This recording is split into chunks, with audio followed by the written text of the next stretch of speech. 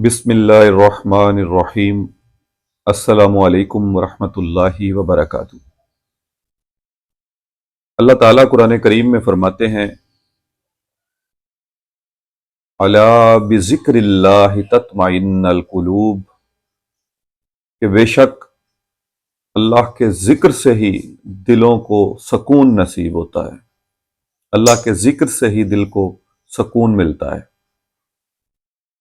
अगर हम आज के दौर में देखें तो कितनी परेशानियां हैं, कितनी टेंशनें हैं लोगों को। किसी को कारोबार की है, किसी को बच्चों के फ्यूचर की है, किसी को बच्चों के रिश्ते की है, किसी को कोई फिक्र है, किसी को कोई फिक्र है। हर बंदा जो है उसका सकून जो है वो तबाह हो चुका है। तो अल्लाह ताला क्या फरमा रहे हैं कि अला बिज़िक्रिल्लाहि तत्मइन्नुल कुलूब, के दिलों को सकून अल्लाह के जिक्र से मिलता है। हमारे ऐसे बहुत सारे घराने होंगे, बहुत सारे ऐसे घर होंगे जहां कितने कितने दिन कुरान पाक को खोल के पढ़ा नहीं जाता।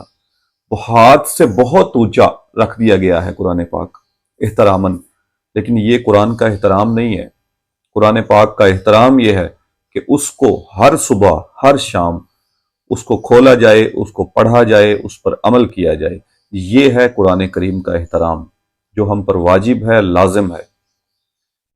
तो दुआ किया करें कि ए अल्लाह हमें कुरान करीम को पढ़ने वाला बना दे। सहाबा इकराम रजी अल्लाह अजमईन जो थे वो कुरान करीम को पढ़ा करते थे, हर बात का हल कुरान पाक में से ढूंढने की कोशिश किया करते थे।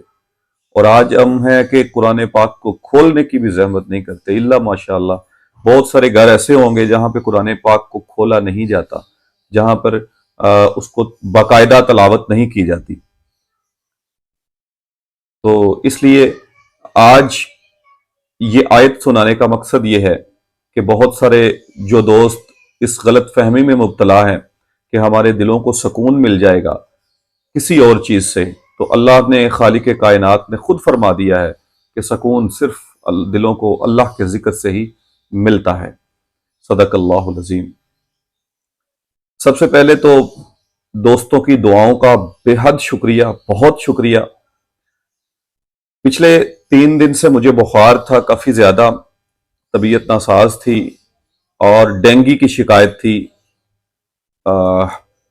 अल्हम्दुलिल्लाह आज पिछले 2 दिनों की निस्बत बहुत ज्यादा बेहतर महसूस कर रहा हूँ अल्हम्दुलिल्लाह। इसीलिए वीडियो बनाने के लिए आ गया हूँ कि आपका शुक्रिया भी अदा कर दिया जाए। और बहुत सारे दोस्तों का एक क्वेश्चन था कि अबू बकर भाई आप ये बताएं हमें कि अगर हम डीएनए नहीं करवाते तो क्या ऐसी निशानियां हैं हमारे लव बर्ड्स में जिनको देखकर हम मेल और फीमेल का डिफरेंस कर सकें। तो आज की वीडियो इसी टॉपिक पर है कि कौन से 3-4 ऐसे पॉइंट्स हैं जिनको हम देखें, ऑब्जर्व करें तो हमें यह पता चल जाए कि हमारा बर्ड जो है वो मेल है या फीमेल है।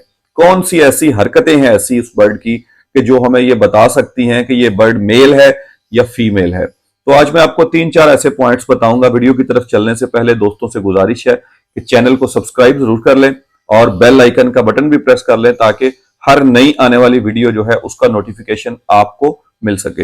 नंबर 1 जी, आज का पेयर है, पीस है माशाल्लाह, ये मेरे हाथ में है जी, yellow face bird, yellow face fischeri split opaline का मेल।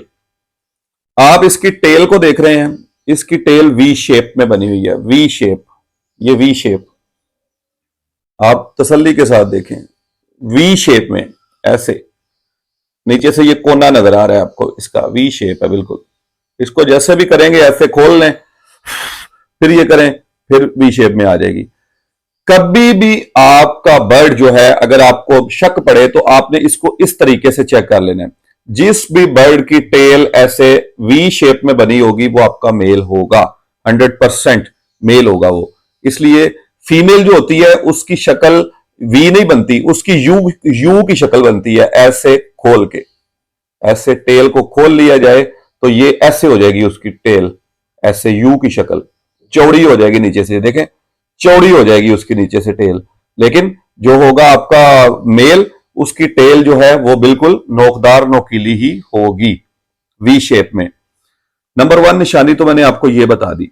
सेकेंडली हम लोग इसको इस पॉइंट पर ये दो हड्डियां होती हैं, दो हड्डियां होती हैं इस पॉइंट पर। इस पॉइंट पर अगर आप फिंगर रखेंगे तो आपको अंदाजा हो जाएगा।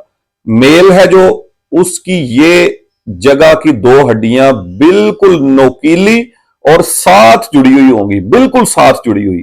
थोड़ा सा डिफरेंस होगा, मामूली सा, और बड़ी नोकदार होंगी। आप उस पर फिंगर रखेंगे तो आपको पता चलेगा कि यार ये बहुत नोकदार है और सख्त है और साथ जुड़ी हुई हड्डियां हैं। तो कुछ केसों में होता है कि हड्डियां खुली हुई होती है, लेकिन वो ब्रीडर पीस के केस में होता है, आमतौर पर नहीं होता। आमतौर पर हड्डियां जुड़ी हुई होती हैं मेल की, और फीमेल की जो इस जगह पर हड्डियां हैं वो इतनी खुली होंगी कि अगर आप उस पर फिंगर रखेंगे तो आपको अंदाजा होगा कि यहां पे कुछ डीप जगह है, गहरी जगह है, जहां पे अंडा जो है वो बनेगा। इस जगह पे आप फिंगर रख के चेक करेंगे तो आपको आइडिया हो जाएगा कि यार ये जगह जो है हड्डी बहुत नरम है, और यहाँ पे खुला जोड़ है, बहुत सारा खुला, यानी कि ये पूरी फिंगर उस जोड़ के अंदर भी आ सकती है ऐसे। तो आपको आइडिया हो जाएगा कि ये हमारी फीमेल है। तो ये दो निशानियां ये थी। तीसरी निशानी जो है वो ये है कि जब आपका बर्ड जो है आप उसको केज में किसी छोड़ेंगे तो फीमेल जब केज के ऊपर बैठेगी ना, जाके केज की दीवार के साथ लटकेगी, तो वो अपनी टेल को बिल्कुल केज के साथ लगा लेगी, केज के साथ। जबकि मेल जो होगा उसकी टेल केज से ऐसे पीछे हटी रहेगी, ऐसे पीछे हटी रहेगी। जब वो केज को पकड़ेगा जाके पैरों से तो उसकी टेल पीछे हटी रहेगी, और फीमेल की टेल बिल्कुल ऐसे जाली के साथ जुड़ जाएगी उसकी। तो एक इसकी ये भी निशानी होती है। चौथी निशानी ये है कि जब आपके मेल और फीमेल इकट्ठे बैठे हुए होंगे तो आपको अंदाजा हो जाएगा कि मेल जो है हमेशा अपनी टांगें थोड़ी खोल के बैठता है और फीमेल ज्यादा खोल के बैठती है मेल की निस्बत। ये आप गूगल भी कर सकते हैं। ये सारी निशानियां जो मैं आपको बता रहा हूं ये सारी ऑथेंटिक है, और एक्सपीरियंस के साथ ये मैं आपको बताना चाह रहा हूं कि जब भी मेल और फीमेल इकट्ठे बैठे हुए होंगे तो आप जजमेंट कर सकते हैं उनको कि फीमेल जो है वो ज्यादा पैर खोले हुए होगी, और मेल जो होगा वो कम पैर खोल के बैठेगा स्टिक के ऊपर। और फीमेल का साइज मेल के साइज से थोड़ा सा बड़ा होता है लव बर्ड्स में, और मेल जो है वो जरा स्लिम स्मार्ट होता है लव बर्ड्स के केस में। अच्छा जी, अब आ जाते हैं हम पांचवें मेथड की तरफ। बगैर डीएनए के कुछ मेथड हैं। अगर आप इन सारे मेथड्स को एक बर्ड के ऊपर अप्लाई करेंगे, एक पेयर के ऊपर अप्लाई करेंगे, तो मैं 100% श्योर हूं कि आप मेल एंड फीमेल की गलती नहीं करेंगे। आपको मेल एंड फीमेल कंफर्म पता चल जाएगा कि ये हमारे पास मेल है और ये फीमेल है। पांचवा मेथड है पेंडुलम का। वो एक रस्सी होती है, धागा, धागे के आगे आपने कोई वजनी चीज बांध लेनी है लोहे की, जो कि मैग्नेट जिस लोहे को लगता है, कोई पेच हो सकता है, कोई नट हो सकता है, कोई बोल्ट हो सकता है, कोई ऐसी चीज लोहे की जो उस धागे के आगे बंधी हुई हो।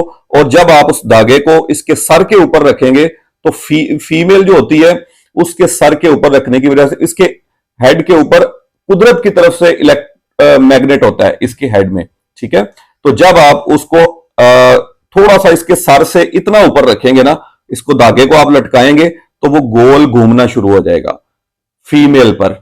अगर मेल होगा तो मेल पर वो बिल्कुल सीधा घूमेगा, ऐसे या ऐसे सीधा या ऐसे सीधा, लेकिन गोल नहीं घूमेगा। ये मैं आपको पेंडुलम की पिक्चर भी सेंड कर दूंगा उसमें वीडियो में, ताकि आप लोग देख लें कि मैं किस मेथड के बारे में बात कर रहा हूं। और आपको ये सारे मेथड्स जब आप एक बर्ड पर अप्लाई कर लेंगे तो इंशाअल्लाह अजीज आपके पास गलती की कोई गुंजाइश नहीं रहेगी, क्योंकि मेल एंड फीमेल गलत निकल आना, उससे सीजन जो है वो खराब होने का खदशा होता है। और बहुत सारे दोस्त जो हैं वो डीएनए नहीं करवाते या नहीं करवा सकते, तो उनके लिए जो मैं आज मेथड आपको बता रहा हूं ये सबसे बेहतरीन है। आपने इन 5 मेथड्स को अप्लाई करना है अपने बर्ड्स पर। ऑथेंटिक 100% ऑथेंटिक तरीका डीएनए ही होता है, लेकिन हम इन 5 तरीकों पर अमल करके हम अपने मेल और फीमेल का डिफरेंस कर सकते हैं, और फीमेल को और मेल को अलग अलग निकाल सकते हैं। तो अगर उम्मीद है आज की वीडियो आपको अच्छी लगी होगी, और इंशाअल्लाह अजीज कल बरोज जुमा एक खूबसूरत सी ऑफर लेके भाइयों की खिदमत में हाजिर होऊंगा। ब्रीडर पेयर्स की स्प्लिट ऑफ डन फेलोज भी हो सकते हैं उसमें, स्प्लिट ऑफ पेल फेलोज भी हो सकते हैं उसमें, हो सकता है कोई एक्वा वगैरह भी हो। और आज की जो मैं एक ऑफर देने लगा हूं, येलो फेस स्प्लिट ऑपलाइन, ये मेल है एक्वा B1 ओपलाइन स्प्लिट पेल फेलो, ये फीमेल है, ब्रीडर पेयर है। अगर किसी दोस्त को चाहिए तो मेरे साथ कांटेक्ट कर सकता है। सिर्फ 1,40,000 का ये पेयर उसको मिल जाएगा। ये ओनली मेल की प्राइस है, ओनली मेल की प्राइस है मार्केट में, और वो भी नायाब है। येलो फेस स्प्लिट ओपलाइन या येलो फेस ओपलाइन का मेल इस वक्त पूरे पाकिस्तान में नहीं है किसी के पास फॉर सेल के लिए। ये एक पीस है और पेयर लगा हुआ है, बॉन्डेड पेयर है, ब्रीडर पेयर है। अगर कोई दोस्त अच्छी और नई और लेटेस्ट म्यूटेशन पर वर्क करना चाह रहा है तो वो इस पेयर को लगा सकता है। इस पेयर में आपके पास आएंगे एक्वा, और वो सारे के सारे एक्वा जितने भी होंगे वो स्प्लिट ऑफ येलो फेस होंगे। इसमें कोई भी ऐसा बर्ड आ जाए वो स्प्लिट ऑफ येलो फेस ही होगा कंफर्म। और आपको पता है कि स्प्लिट येलो फेस कंफर्म जो है वो मार्केट में इस वक्त हाई इन डिमांड है मार्केट में। और बहुत सारे ऐसे दोस्त हैं जो स्प्लिट येलो फेस लगाना चाह रहे थे, लेकिन उनके पास पहले बजट नहीं था जब मैं ऑफर्स देता रहा हूं, लेकिन अब मार्केट में बर्ड्स ही नहीं है। कोई ऐसा बंदा जिसके पास स्प्लिट ऑफ येलो फेस के बर्ड्स पड़े हुए हो वो मेरे साथ कांटेक्ट कर सकता है, अगर किसी ने फॉर सेल किसी के पास अवेलेबल हैं तो ये पेयर एक बड़ी अच्छी अपॉर्चुनिटी है लेटेस्ट वर्किंग के लिए। इसका सबसे कम प्राइस वाला बच्चा भी ऑलमोस्ट 50,000 का जरूर निकलेगा इसमें से। दुआओं में यह जरूर याद रखिएगा। इंशाल्लाह कल आपको दोबारा एक नई ऑफर देता हूं। अस्सलामु अलैकुम वरहमतुल्लाहि वबरकातुहू।